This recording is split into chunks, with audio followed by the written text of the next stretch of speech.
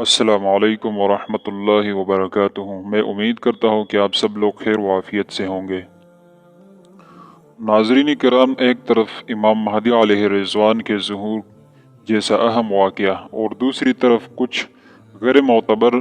علامات اور نشانیاں بیان کرنا، اور پھر ان کو اتنی اہمیت دینا کہ اگر صحیح امام مہدی کا ظہور ہو جائے اور وہ علامات اور نشانیاں ظاہر نہ ہو جائے تو اس کا انکار کیا جائے، یہ سمجھ سے بالاتر ہے۔ شاید آپ میں سے بہت سے لوگوں نے سن رکھا ہوگا مختلف بیانات میں مختلف اسکالر علماء سے کہ جب امام مہدی علیہ رضوان کے ہاتھ پر جس دوران وہ طواف کر رہے ہوں گے اور کچھ لوگ اس کو روک لیں گے، تو اسی وقت جب اس کے ہاتھ پر بیعت لی جائے گی تو آسمان کی طرف سے ایک منادی یہ آواز دے گا اور یہ ندا لگائے گا کہ ھذا خلیفۃ اللہ فی الارض فاتبعوہ، کہ یہ اللہ تعالیٰ کا خلیفہ ہے لہٰذا تم سب اس کی اتباع کرو۔ اس کے علاوہ اگر آپ لوگوں نے مختلف کتاب کی سٹڈی کی ہو، مختلف کتاب کا مطالعہ اور جائزہ لیا ہوگا، جو کتاب امام مہدی علیہ رضوان کے عنوان سے لکھی گئی ہے، چاہے وہ اردو کی ہے یا عربک لینگویج کی ہے، ان سب میں یہی بات لکھی ہے کہ امام مہدی کے ظہور کے وقت آسمان سے ایک ندا آئے گی جس کے الفاظ کچھ اس طرح ہوں گے کہ ھذا خلیفۃ اللہ فی الارض فاتبعوہ یا ھذا المہدی فاتبعوہ، کہ یہ مہدی ہے یا اللہ تعالیٰ کا خلیفہ فی الارض ہے لہٰذا تم سب اس کی اتباع کرو۔ اور حیرت کی بات تو یہ ہے کہ جو عوام ہے وہ تو ان باتوں کو زیادہ نہیں سمجھتی، لیکن جو خواص ہے وہ بھی اسی چیز میں مبتلا ہے اور انہی باتوں کو بہت زیادہ اہمیت دیتے ہیں اور اس کو بطور علامات اور نشانیاں ذکر کرتے ہیں کہ اگر یہ نشانیاں اور علامات ظاہر نہ ہو جائے تو اس مہدی سے انکار کیا جائے گا جو اس وقت موجود ہوگا۔ لہٰذا ضروری ہے کہ ان باتوں کی حیثیت معلوم کی جائے کہ یہ باتیں کتنی اہمیت کی ہے، یا ان کی حیثیت کیا ہے کہ ہم لوگ انہی باتوں کو اتنی زیادہ اہمیت دیتے ہیں۔ انشاءاللہ یہ ایک پوری سیریز ہے، میں کوشش کروں گا کہ اس میں کچھ ایسی باتیں یا کچھ ایسی علامات یا کچھ ایسی نشانیاں جو کہ غیر مستند ہے، جن پر اعتبار نہیں کیا جا سکتا، میں آپ کے سامنے ذکر کروں تاکہ آپ لوگوں کو معلوم ہو جائے کہ یہ باتیں کس قدر کی ہے اور یہ باتیں کتنے درجے کی ہے، کیا ہم ان کو اتنی اہمیت دے سکتے ہیں جیسا کہ مشہور ہے یا نہیں دے سکتے ہیں۔ انہی باتوں میں سے پہلی بات تو یہ ہے، جیسے میں نے آپ کے سامنے ذکر کی، کہ اکثر یہ کہا جاتا ہے کہ امام مہدی کے ظہور کے وقت آسمان سے ایک ندا آئے گی۔ اگر میں اس کی بات کروں تو کچھ روایات اور کچھ احادیث ہمیں ملتی ہے، کچھ آثار بھی ایسے ہیں جو کہ اس بات کی تائید کرتی ہے، اور ان سے معلوم ہوتا ہے کہ ایسا ہی ہوگا کہ آسمان سے ایک منادی آواز دے گا کہ یہ اللہ تعالیٰ کا خلیفہ ہے لہٰذا تم اس کی پیروی اور اس کی اتباع کرو۔ لیکن سوال یہاں ہوتا ہے کہ کیا عین اس وقت جب امام مہدی کے ہاتھ پر بیعت کی جائے گی تو کیا اسی وقت آسمان سے ایک ندا آئے گی؟ جیسا کہ مشہور تو یہ ہے، آپ لوگوں نے بھی سن رکھا ہوگا کہ کچھ علماء تو یہ کہتے ہیں کہ جس دوران امام مہدی طواف کر رہے ہوں گے تو بیعت لینے سے پہلے آسمان سے ایک آواز آئے گی کہ یہ اللہ تعالیٰ کا خلیفہ ہے اور اس کی اتباع کرو، جبکہ کچھ اسکالر اور علماء کا کہنا یہ ہے کہ جب اس کے ہاتھ پر بیعت لی جائے گی تو اس کے بعد یہ ندا آئے گی۔ اس کے بارے میں جو روایات ہے اس کا میں تفصیلی جائزہ لوں گا آپ کے سامنے، وہ بھی رکھ دوں گا انشاءاللہ۔